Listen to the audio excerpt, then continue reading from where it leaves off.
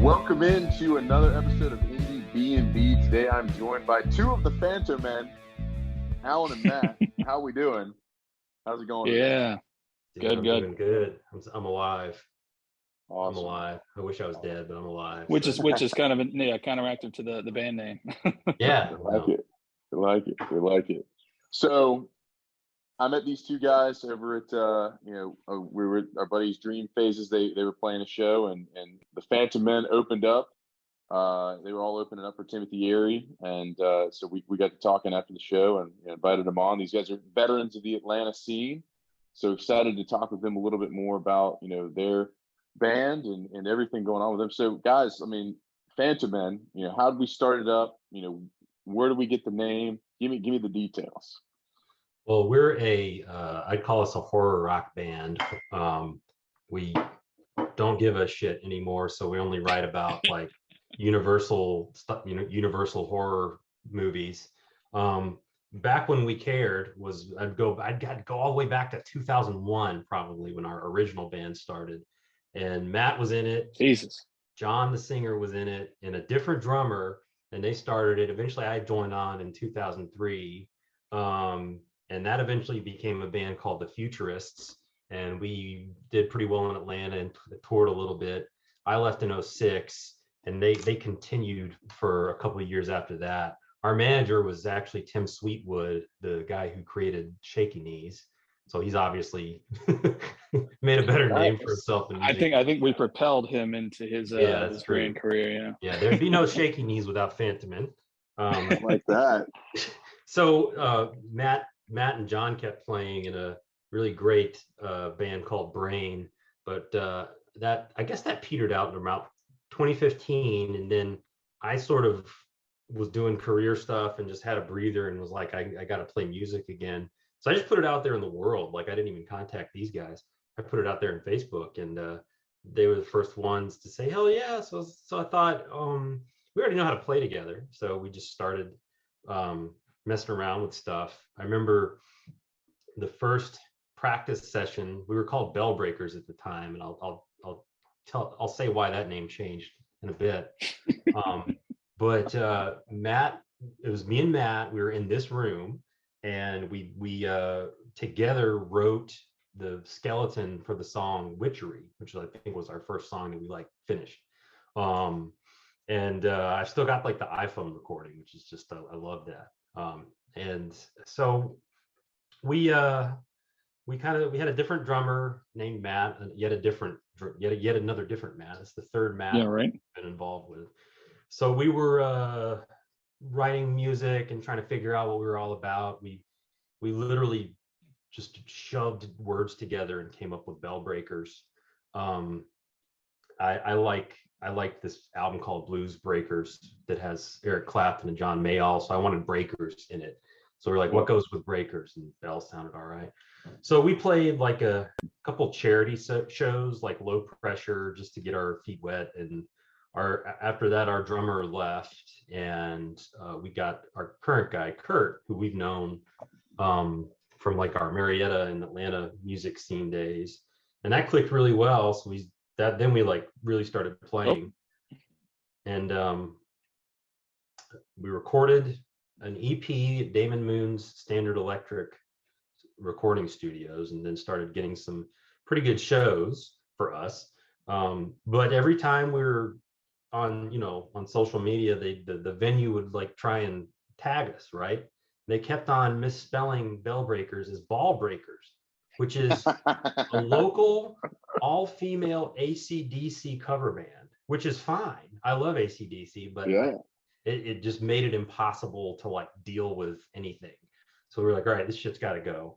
And then at some point, I think John came up with Phantom Men because it's the Swedish word for phantom, and we started writing these horror rock songs. Oh, we're gonna miss out on this Jim. Say that again, Alan. What? Say that again. You kind of cut out.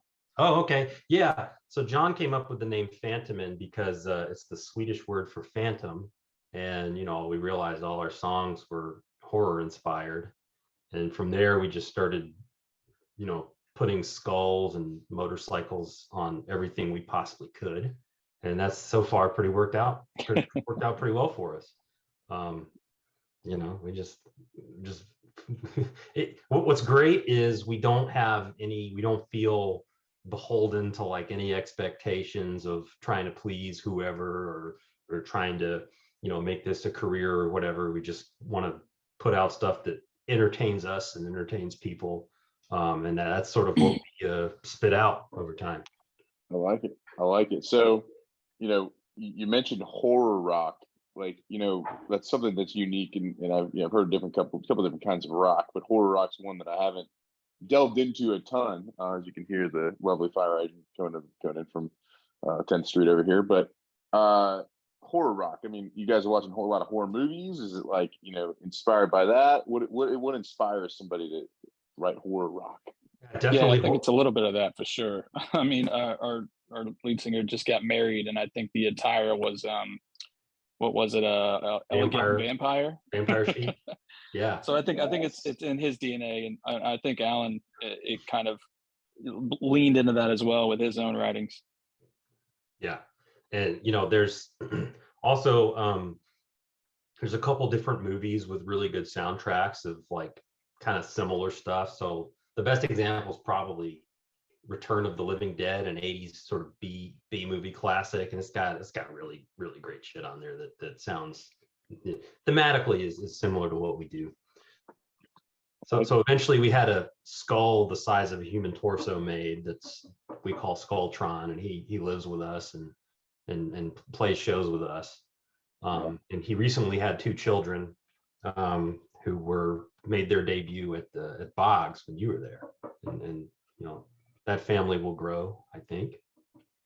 Very nice. Skulltron, how'd you guys name him? What inspired you guys wanting to put, I think it's definitely something that's memorable. I for sure, I think probably the first thing I said to you when I came up to you after the show was like, man, where'd you get the skull, and what's the deal here? And so who made it? What's the story behind wanting to have a giant skull on the stage with you?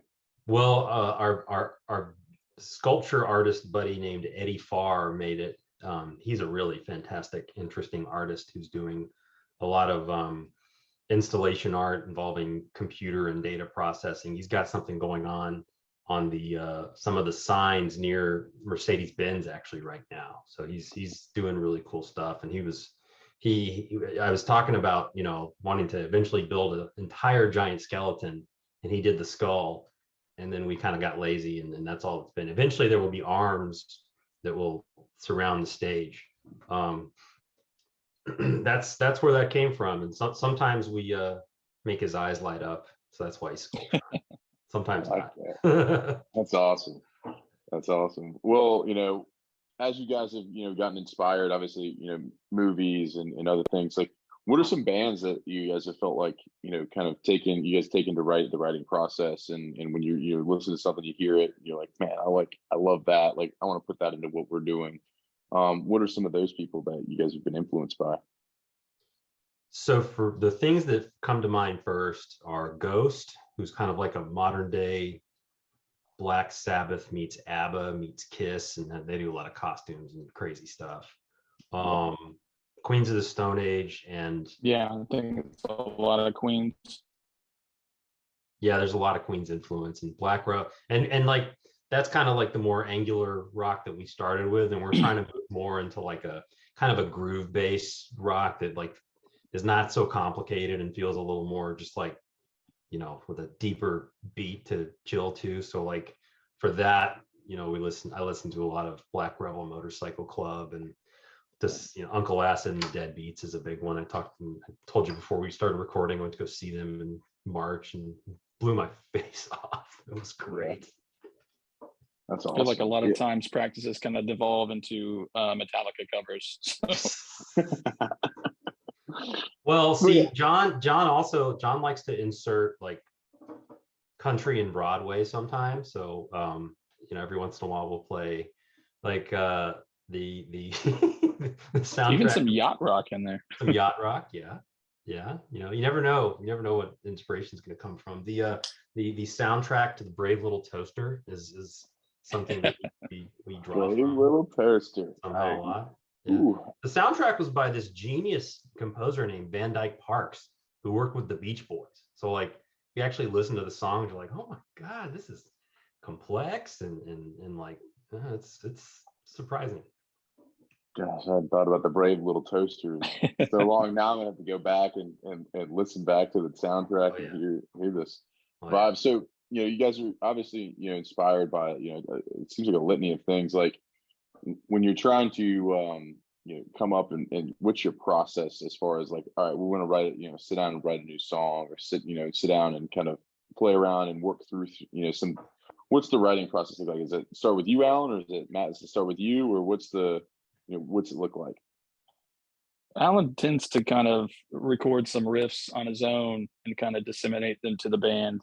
And so we'll go two ways. We'll either go with him kind of coming to a practice and kind of mapping it all out. We just kind of try to fill in the spots, or we get to, the jam side of things, where someone like Kurt will just start, rocking a beat, and then we'll just start layering on top of that. And 9 times out of 10 it's terrible, but that one time you're like, yeah, all right, let's work through that, let's play through that, and something good comes out of it. So it goes both ways, of planned as well as kind of inspirational.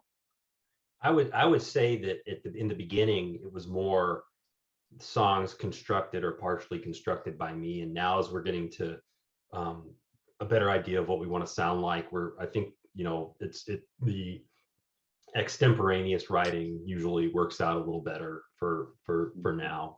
And we're trying to, anyways. We have rehearsal tomorrow night. We'll see how it goes. It's been a while. And then lyrically, I feel like Alan and John really kind of meld minds and try to figure out. Wait a minute. I have to tell a story. So we just recorded 3 songs, and they're great. They're like more, the EP we have out now, I stand behind it. It's awesome. But these 3 new songs are like a lot closer to where we are now. And there was this one song where, so John's very good at just completely making crap up live, so we'll have a song that's like 3 years old.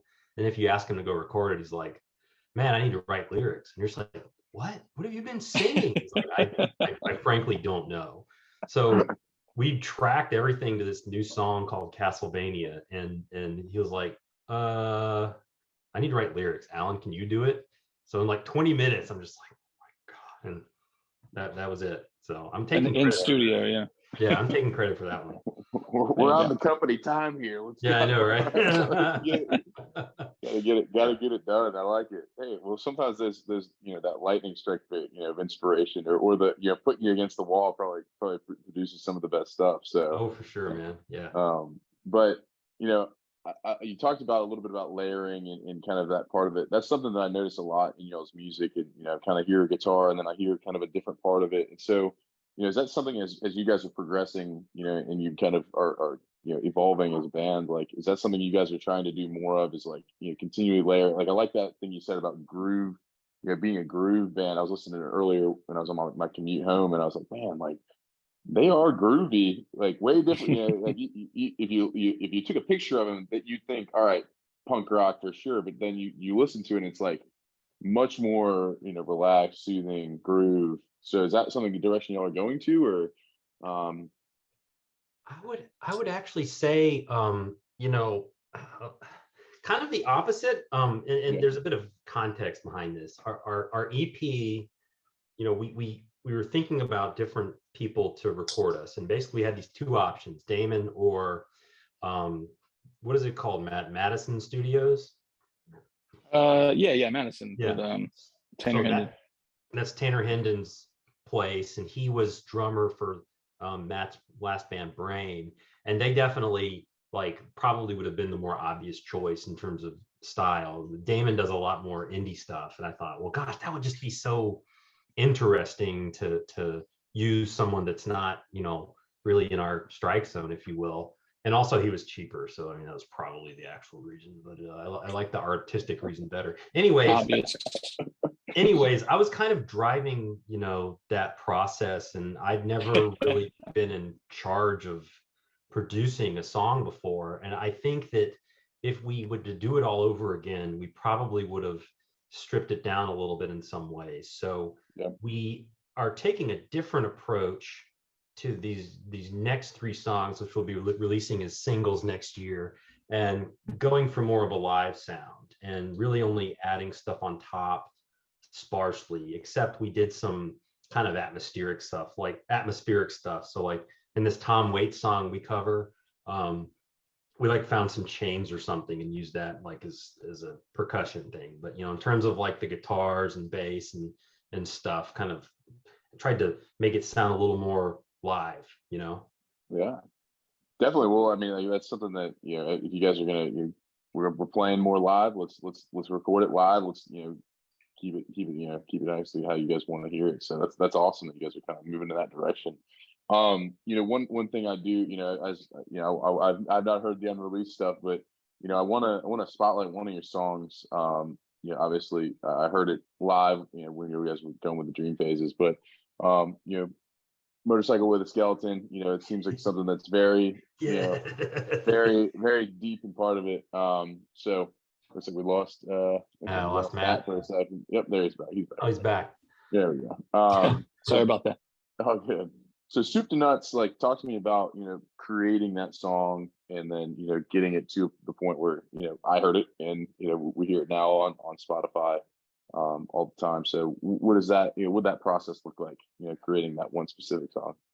So I remember that was one of the earlier ones where I sort of had, I think I had one of the riffs written, the one that goes, da da da da da da da, and that's all I had. So we were actually, so this was probably 2015, and we packed all our music stuff up and headed to a cabin that my family has in Middle Georgia and just played in it all weekend and fleshed that song out. And John added a lot of that, as I recall. And like, we were just trying to I think this is where we came up with the horror rock thing, really, because we were just like, God, trying to name this song, hate coming up with names, they're all taken. And then John just says, well, it's Motorcycle with a Skeleton on it. And we're like, you mean skeleton with a, you mean, what do you mean? Like a skeleton riding a motorcycle? No, motorcycle with a skeleton on it. We're like, yeah, just dumb as possible. Yes, absolutely. So, I mean, that's where that came from. And we don't play it that live that much anymore, but I hope to start playing it again. But I love that song. Probably, I mean, there's a very long and gratuitous guitar solo in it, so that's probably why I like it. But yeah, that was like that moment when we were like, this song is called Motorcycle with a Skeleton on it. That's when it clicked that like this is how we're doing it. Yeah, I'm pretty sure that's kind of what led to probably Gacha de Goro is yeah, right, is the next skeleton song. Yeah, I like it. Kept the skeleton theme going. There must have been something going on in that Middle Georgia cabin. A lot of skeletons around there, kind of a haunted, haunted vibe. Yeah, we have a song called Lights in the Woods that's inspired by kind of being out there. I remember, so that was one of the areas in Georgia that got hit by tornadoes back in 2011. So before then, there were a lot more trees, and I was just over there, just I think with my then girlfriend, now wife, and it was like late, and I was drunk as hell and trying to figure out something to write about. And I looked off across the river, it's Fire River, and I'd looked that direction for 20 years. And all of a sudden I saw a light I'd never seen before. And like the trees were going like this, and I was like really freaked out a little bit and started writing that song right there. That was years before Phantament, but yeah, that was like sort of the early breadcrumbs of where we got to now. Now we just try and write about, not even necessarily scary stuff, but just like, oh, remember that awesome, like Castlevania, wasn't that game awesome? And we have a song about like dead Viking soldiers on a field and Valkyries taking their souls up to Valhalla, that kind of stuff. And that's awesome. Yeah, I mean, you never know, like that like, I can imagine any kind of artist has that moment where it's like, oh, this is what it's supposed to be called, Motorcycle with a Skeleton. I'm looking off, lights I've never seen before. Like that's Yeah. that's the stuff right there. And like people, it affects people as I saw you guys. So, well, obviously, I want to talk a little bit more about the live scene in Atlanta. We kind of touched on it when we were talking outside of Boggs, but like, you guys have played in a lot of different venues here. Some that I've been to, some that I haven't been to, and so I guess what's y'all's favorite place, or was your favorite place to play, whether it be still in operation or not, around the city? I want to hear what you say first, Matt. Yeah, this is tough just because I think there's like different reasons to like a place, whether it's like the amenities and they have like a nice, green room or something, and they give you like enough drink tickets to actually enjoy yourself, Yeah. or if it's like a good like crowd and vibe and whatnot. I feel like a combination of those two is probably the Earl. It's got like that vibe, but they actually, take care of you. They'll actually feed you sometimes. It's got a pretty chill, kind of green room, back room to kind of zone out. But at the same time, like if once that room gets like rocking, it's a good feel. You're kind of on a low stage, so you're kind of in the mix still with everybody. And so I think out of all of them, I'll go with the Earl for right now. I would probably say that if I had more experience playing there, like playing really good shows there. I really don't, but well, at least not compared to where I'm going to say our best shows with this band have probably been at Smith's Old Bar, but that was before the pandemic and we haven't played there since then. But from like 2016 to 2018, we played there really frequently and always did super well. They treated us well, sounded great. So like there's the downstairs, right, called the Atlanta Room. And when we were first billed to play there in 2016, I was like, oh God, because I hadn't been there in a while, and it used to be this really crappy room, unless you were just like a guy with an acoustic guitar. That was really what it was made for. But if you had a full band in there, which they sometimes did, it was a pain. But they'd redone it, and it was a good stage, good sound, and like 100 cap room, so it was really easy to fill. And of course, the music room upstairs really sounds awesome, and it's a great setup. We've played both of them multiple times as this band and had a fantastic time. Sadly, everyone we knew there has left, so but we mulling, reconnecting over there. I think 529, after they redid their stage, was a really, really strong one. We haven't played there also since the pandemic. Our friends that booked us there all moved to Boggs, and that's where you saw us. And that was our first time playing on their new stage. And I think we need to probably play there another time or two to really. It's got some quirks. I think it's quirks to figure out, but we kind of went in there assuming it was like any old stage. But you have the bar, and then you go down several steps. And I'd never played it. Well, if I had played a stage like that, it was 20 years ago. So I didn't realize some of the issues that would cause with sound and lights. But I'm eager to go back and try and figure that out, because the only scene of which we're aware, is there. Sort of turning to your question about the scene, there's a lot of different ones now. It's pretty fragmented, but the one we got involved with, and this is another me and Matt story, man. Me and Matt are the lifeblood of this band, from like a actual, getting out there and doing stuff thing. We went to see Buzzards of Fuzz at the Star Bar, and I told Matt, like, hey man, come with me. I haven't been in the scene. So I took a big break from music, and so I hadn't talked to musicians like in a way to try and get to really know them in a while. So I was like, man, Matt, come with me. I don't know. And he's like, okay, dude. So I was sitting there, we were at the Star Bar, right? And then it was like, okay, I'm gonna go try and say hi to these guys. And Matt was like, dude, just come to the green room, whatever. So we just like walked back there, and they were so cool. We met Van and Ben, and they sort of introduced us to what we kind of knew as the scene, which included, like we've met a bunch of different bands through there. They have a kind of mini festival called Fuzzstock, so we're close with people from Twin Criminal, who's a really fantastic, very technical band. There's a femme punk rock band called Small with a comedian and musical artist named Sam Severin that I'm close with. Nominat. Nominat. Oh shit, yeah. That's a prog rock band about space gnomes. So like they're our brethren. Actually, their guitarist is an excellent artist, and he's doing our cover art right now for our. They have the most intense merch. It's so cool. Yeah. Nominat. Nominat. Yeah, they're great. They're hilarious, but also very good musicians. So it's kind of just, whoever you play with, and we really kind of have to re-engage because a lot of those bands are gone after the pandemic. There was this band called Sex Farm who like was similar to us in a lot of ways in terms of just like, who cares? Let's just do dumb jokes. And we played a show with them at 529, and they were supporting the release of an album called Other Bands Blow. And I was just like, yes, that's the energy that I'm going for here. But they broke up, and I'm still friends with their guitarist Go Cool, who has like a psycho jazz project called Hallucinojerks now.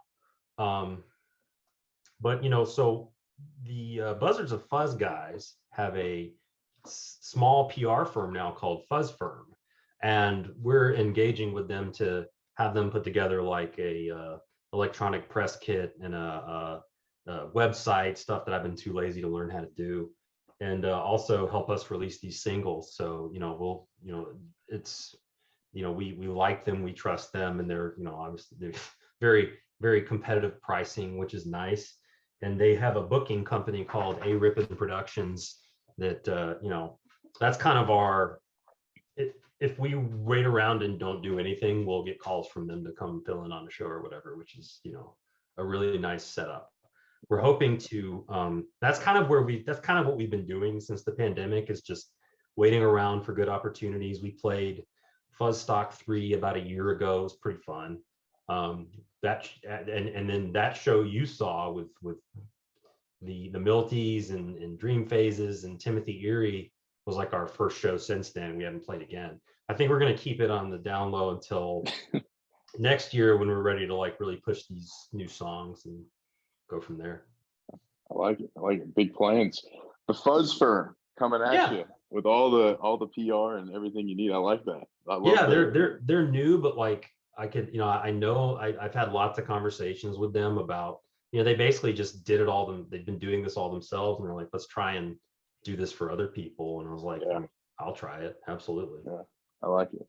That's awesome. Well, that's awesome. We've got kind of, obviously always good to hear, as we talk to bands from all over, but, sometimes the local part of this, and, we kind of don't get into it as enough.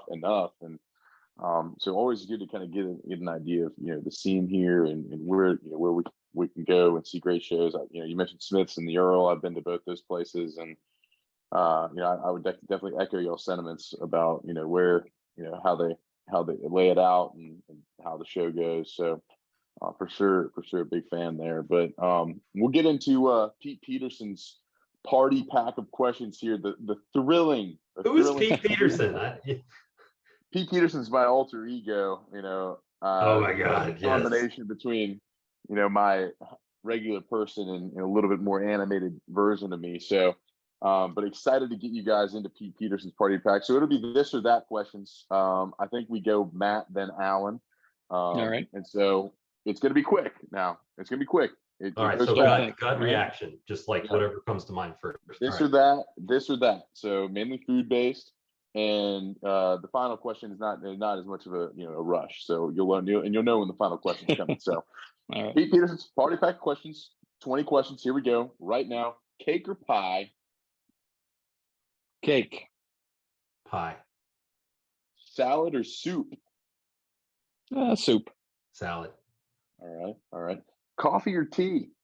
Definitely coffee. Coffee. All right, couple of coffee guys. Are aliens real? For sure. Definitely. Absolutely. Mathematically speaking, they must be. All right. Acoustic or electric? I think I know the answer to this one. I'm going to go electric on that one, yeah. What is it, a fucking acoustic guitar? Is it a chair? Grandpa's guitars. Grandpa's guitars. I like it. Wahoo or IHOP? Waffle House. Waffle House, but like a hair. Yeah, okay. Chips or pretzels? Definitely chips. Pretzels are terrible. Chips. I have some pretzel haters here. Is magic real? If you believe hard enough, yeah. Yes, but I'll tell you why. One time, a comic book writer named Grant Morrison had a comic book that was not doing well. So he ordered his readers to go through a wankathon where they all would masturbate at a given time, and that would release magic into the air that would increase sales, and it did. Wow. Guerrilla marketing in more ways than one. I like That's that. right. Oh yeah, right. Toaster strudels or Pop Tarts? Pop Tarts. Pop-Tarts. Okay. Sunrise or sunsets?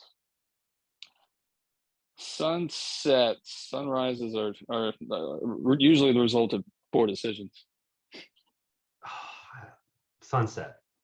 Sunset. All right. A night in or the night out? What do you like better? I mean, I'd say a night in these days, but this night in's really pushed that need for a night out every once in a while. I still prefer the 9 out, although usually I'm punished for it in one way or another. Like that. Dogs or cats? Ooh, I'm a cat guy right now. Dogs. Rare cat guy appearance. I like that. Bigfoot, is he real or not? Yeah, he's real, and there's a museum up 575 that tells you all about him. I don't think he is, but I think that's a reflection of a diseased and imperfect world we live in. He should be real, but he isn't. He should be real. When you walk into a party, are you more likely, and your jam comes on, are you more likely to do the robot or the worm? I'll robot. Probably at this age, the robot. 10 years ago, the worm. Okay, I like it. Are you guys more ninja guys or pirate guys? I impersonated a pirate for a long time in my early 20s, so I'll go with pirate. I'll go with pirate, the very first venture capitalists. I like that. I like that. Bagels or donuts? Donuts. I got to go with donuts. Donuts. Is love at first sight real?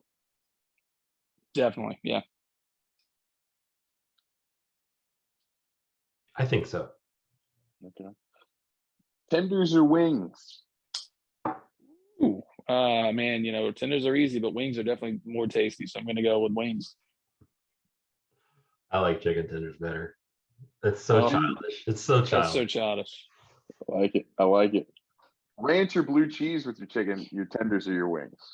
I'm a blue cheese guy. Blue cheese. I'm ranch unless it's true blue cheese, which has like psychedelic properties that'll give you strange. It's the real mold that was grown in a cave. I'll do blue cheese. Okay. All right. So you eat a lot of ranch then, it sounds like. All right. Oh, sorry, go ahead. No, go ahead. Yeah, there's a I call it like if Taco Mac was good near me, it's called the Kirkyard. I live in Kirkwood, and their ranch is so good that like they make it by the gallon. So I don't eat it by the gallon. I say that to illustrate how much demand there is for it. I like it. Okay, so the Kirkyard Ranch. Oh, My yeah. colleague Tash lives by Kirkyard as well, so I will have to tell him about it. All right, final question of Pete Peterson's Party Pack of Questions. You guys ran through a couple of bands earlier, but some bands, just each of you guys give me two of people that we need to check out that may be local, that may be people that you don't know or you do know. Either one, but give me a couple of bands that each of you guys feel like would be awesome to check out and try to get on the podcast. I tell you, one of my kind of favorite indies, he kind of goes way back to our time back in the day when we would go see bands, in our late teens, early 20s, but he's still out there doing it. And his name is Michael Flynn. Oh man. He was a lead singer of this band called Slow Runner back in the day, but he's a solo guy now, and he plays with just some people from I want to say like South Carolina, and just like his melodies and his words and lyrics and like the way he puts it all together is just, it hits me hard. It's got that kind of like emo vibe that you still remember from when you were a kid, and And even though, things aren't so emo these days, it still kind of resonates. So, there's that. Alan, you go while I think about another one. As far as local bands, trying to think of who's put out something that really was like, oh my God. I think I got to go back to Small, because they put out really energetic, passionate punk rock, and like I listened to it and I'm just like, holy crap, like I know I can't do it, I don't know how to do that, but if I did, I'd feel very pleased with myself. And I'll think of kind of maybe a more like who really matters to me right now, but I'm going to make you go now, Matt. I'm still working on my thoughts here. I need to be able to pull up my iPod or my damn it, apps man. here, but I don't want to like get out of this app. So I don't I'm gonna defer again. For me, the band that has most been like, oh my God, there's a band called Mutoid Man, and it's metal, but it's this great marriage of math rock and like aggro dumbass rock. And there's this there's a lot of cool groove to it, but there's also a lot of like, it's almost comedy. In fact, their guitarist, I forget his name, but he was part of the house band for this New York web-based late night show called 2 Minutes to Late Night, where the host is called Arsenio Hall, and he's like got on a black suit but like the corpse face paint, and they had these hilarious sort of variety shows. Like, for example, they had the guy from Baroness, John Baisley, on, and they played like a metal version of Purple Rain. And then over the pandemic, they did remote stuff, and they had me in stitches. They did a kind of obscure song by AC/DC called Riff Raff, but they did it like deep tuned, and had the lead singer from Clutch on vocals, Neil Flynn. No, wait, Neil Flynn's the guy from Scrubs. I forget what Neil's last name is. But like in the background, they had the cheesiest references to Australia you could imagine, like Outback Steakhouse bloomin' onions and like fucking kangaroos and shit. I've not laughed that hard in a long time. So Mutoid Man is the other one for me. Mutoid Man. Mutoid Man. Nice. Well, I'm blanking on the spot right now, so I'm just gonna. That doesn't actually listen to music. We don't. That's all right. Hey, we don't need him. We got a good one. We got a good one in Michael Flynn. I got Small, local Atlanta band, and then Mutoid Man. Of course, I'm going to check out. It sounds like I need to check out Arsenio Hall as well. Hell yeah! 2 minutes to late night. Yeah. 2 minutes to late night. I like hilarious. That. One thing I think you guys might appreciate. Have you guys ever heard of Necrogoblikon and John Goblikon? No. Tell us. You guys should check out. You guys should check the I think a very similar vibe to Arsenio Hall, 2 minutes to midnight. John Goblikon does a show called Right Now. A lot of metal artists go on it. Oh, this looks great. And I've seen Necrogoblikon. I hope one day, John, if you're listening, to come on the podcast, it'd be amazing. But they're unbelievable. I think it would definitely worth y'all checking them out. They do something called goblin metal. So yeah, in a similar vein as the the horror rock genre. So definitely check them out. But guys, thank you so much. It's been an awesome time, and I can't thank you guys enough for coming up. Anything, obviously, we're looking forward to 2023 for you guys getting things going. So anything that's set in stone you guys want to talk about now, or anything, or we're getting look for announcements coming soon out of 2023. Yeah, be on the lookout. We're putting together a plan. I think all of 2023 will be sort of a rollout of we recorded 3 new songs. We got a different producer's name's Chris Sampson, and we hooked up with him through the Fuzz guys, and really just loved the process of recording with him. He was very like in our genre, and I think we just finished the mixes. They sound great. So we've got a song called Castlevania. We've got a song that we were going to call Dave Grohl's Cock, but I've consulted a copyright attorney, and he advised me to find a different path. So we're probably going to call it Grim Job. And then we've got a a cover of Going Out West by Tom Waits that we play live all the time that people really dig. So we'll be releasing that, every couple months next year, and probably have a show related to each one. So that's that's what we're most excited about. We're trying to write some new stuff, and now that it's like we're in a space where you feel like you can actually book a show and it's probably going to happen, which is nice. Yeah. We feel a lot more eager, I think, next year after the holidays are over to get back out there and really figure out what happened after the dust settled, because other than Boggs, I don't know. I have no idea. Yeah, start kind of emailing some places. Yeah. I love it. Well, we'll be on the lookout. We'll be there when you guys announce anything, and we look forward to seeing that. But guys, thank you so much for coming on. We're excited to see what happens next, man. Well, yeah, Yeah, appreciate it. Awesome.